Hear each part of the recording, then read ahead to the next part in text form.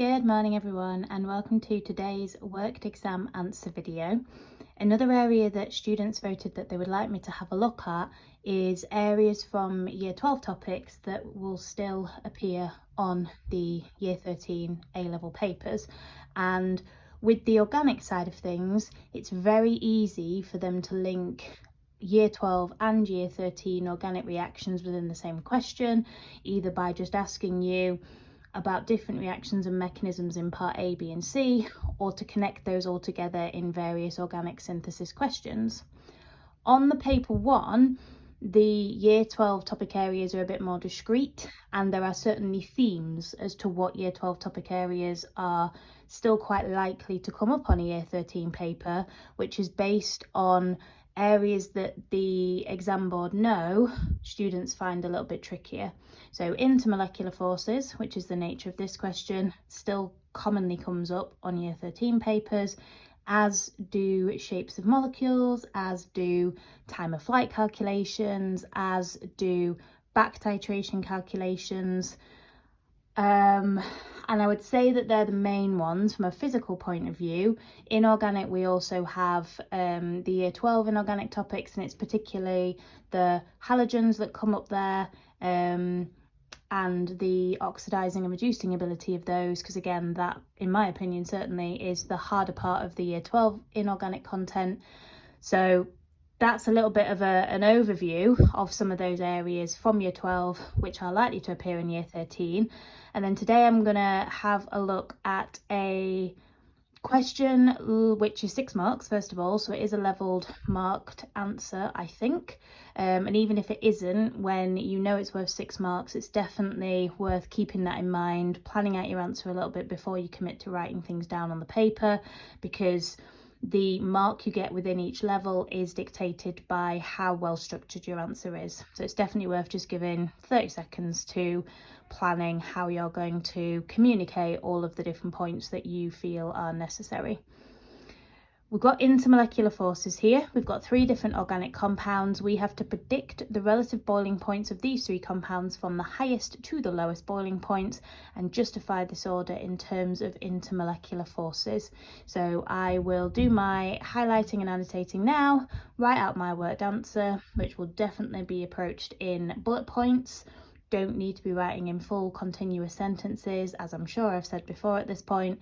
And then I'll come back and explain all of that to you. Okie dokie, so the first sentence that we're actually given here says that the compounds in the table all have a relative molecular mass of 58.0. Now that's quite useful for us to know, because one of the things that does happen occasionally when we have very different sized molecules is that the size of the van der Waals forces can mean that that compound will have a higher melting or boiling point than something that actually may have permanent dipole-dipole forces but is a much smaller molecule. Van der Waals forces increase in strength with an increase in MR and the number of electrons that that molecule has.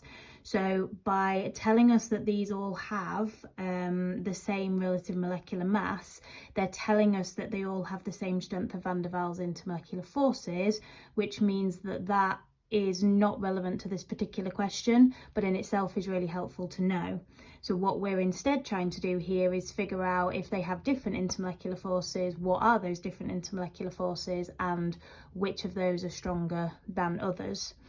So the next thing that I've done is I've first of all identified what type of compound we have. So propanal is an aldehyde, prop 2-ene-1-ol, whilst having the double bond, also has the alcohol functional group, which is the important part, so I've labelled that as an alcohol. And then butane is an alkane. That's helpful because within the aldehyde we can see that we have a C double bond O, which is polar. We've got the carbon of that C double bond O, which will be delta positive, and the oxygen, which will be delta negative. And that means that we are going to have permanent dipole-dipole forces between the propanal molecules, because there is a permanent difference in the electronegativity of those 2 atoms within that bond. that difference in electronegativity is always there within propanal, and the O of one C double bond O will then be attracted to the C of another C double bond O in a different molecule, and that's how they will be attracted to each other. In the alcohol, or the proptoene 1-ol, having that OH group means that we have a hydrogen which is attached to one of the three most electronegative elements. So we've got oxygen, nitrogen and fluorine as our three most electronegative elements, and when we have a hydrogen atom attached to one of those, the difference in electronegativity is so great that the size of those partial charges are as big as they can possibly be. So oxygen has a very, very big attraction to the shared pair of electrons there, which means that the hydrogen essentially doesn't have control of its electron or oxygen's electron in that pair. I mean, it does to the teeniest, tiniest of extents, but the hydrogen is as delta positive as it could possibly be, pretty much. And that means that we can get hydrogen bonding, which the way that I think about hydrogen bonding is that it's like a very extreme case of a permanent dipole-dipole interaction, because they're always caused by differences in electronegativity.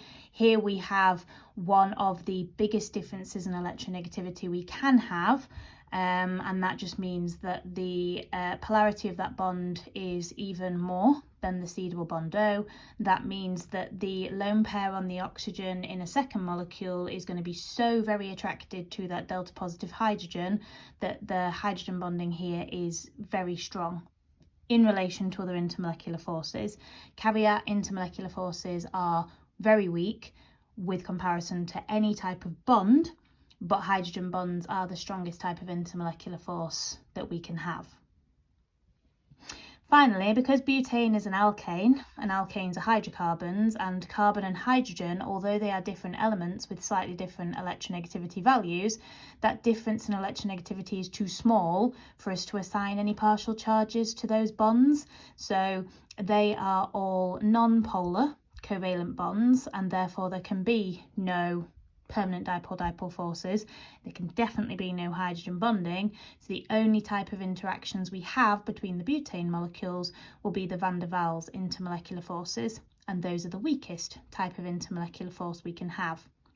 Now, that gives us our answer here in terms of the highest to lowest boiling points. So proptoene 1-ol will have the highest boiling point, propanal will be in the middle, and butane will have the lowest boiling point because of the strength of the intermolecular forces. Now, I know this question says to justify your order in terms of intermolecular forces, but if it hadn't have said that and it just said predict and explain the relative boiling points of these compounds, anytime a question mentions melting or boiling points, you have to be thinking structure and bonding. And because these are all organic compounds, we need to be thinking simple molecular structures, intermolecular forces. That needs to be a connection that our brain goes through every time we're looking at questions about melting and boiling points. Simple molecular because these are small molecules made up of a fixed number of covalent bonds. They don't have giant covalent structures. We do have non-metal atoms held by covalent bonds, and thus they have to be simple molecular structures. And with simple molecular structures, we're not interested in breaking covalent bonds. We are interested in overcoming the different types of intermolecular force. Now, this is far more writing than I perhaps usually would do, but I'm doing this so that I can explain this question in full to you guys. I would possibly be a bit more concise in the exam if I was to be sitting it and this question came up, but I have still broken it down into 3 bullet points, albeit small paragraphs, where I've addressed each of the compounds in the table in turn, and I've chosen to start with the proptoene 1-ol as the compound that has the highest boiling point. So I've said the presence of the OH functional group in proptoene 1-ol means that there will be hydrogen bonding present between the molecules. Hydrogen bonding is the strongest type of intermolecular force, which is why proptoene 1-ol has the highest boiling point. Now, it may sound a bit overkill, but please do make sure that you say either intermolecular forces or between molecules anytime you are describing hydrogen bonding, permanent dipole-dipole forces, and van der Waals forces. Those words are usually underlined in the mark schemes, so it's definitely worth putting those in. So here I've said hydrogen bonding between the molecules, so that covers that, and hydrogen bonding is the strongest type of intermolecular force. That's why propionol has the highest boiling point. I then thought that it was probably easier to do the other extreme, which is butane. So as butane is an alkane and thus a hydrocarbon, there will only be van der Waals forces present between the molecules. Van der Waals are the weakest type of intermolecular force, which is why butane has the lowest boiling point. If we wanted to go into more detail, we could say that the carbon-hydrogen bonds are nonpolar because of the similarity in the electronegativity values, and that's why we only have van der Waals. That's not needed here. But the comparison part of this question is really important because we're having to put 3 compounds in an order. And that's where the final paragraph comes in. So for propanal, that exists in terms of my ranking between the propionol and the butane. So I've put the presence of the seedable bondo in propanal means that there will be permanent dipole-dipole forces between the molecules. These are weaker than hydrogen bonds, but stronger than van der Waals forces, hence why the boiling point of propanal sits between that of propionol and butane. Again, comparing that to other things, and again we could talk about seedable bondo, carbon being delta positive and delta negative, but I have annotated that in the table, and please don't be afraid to write around the table to give annotations in there as well that will obviously help you to structure your answer. So that is my worked answer for this particular question for a year 12 topic that is fairly likely to appear on a year 13 paper. If anyone has any questions on intermolecular forces or other questions of this nature, please do ask or send examples to me and I will very happily work through them for you. Hope you all have a really lovely day, guys, and thank you so much for watching.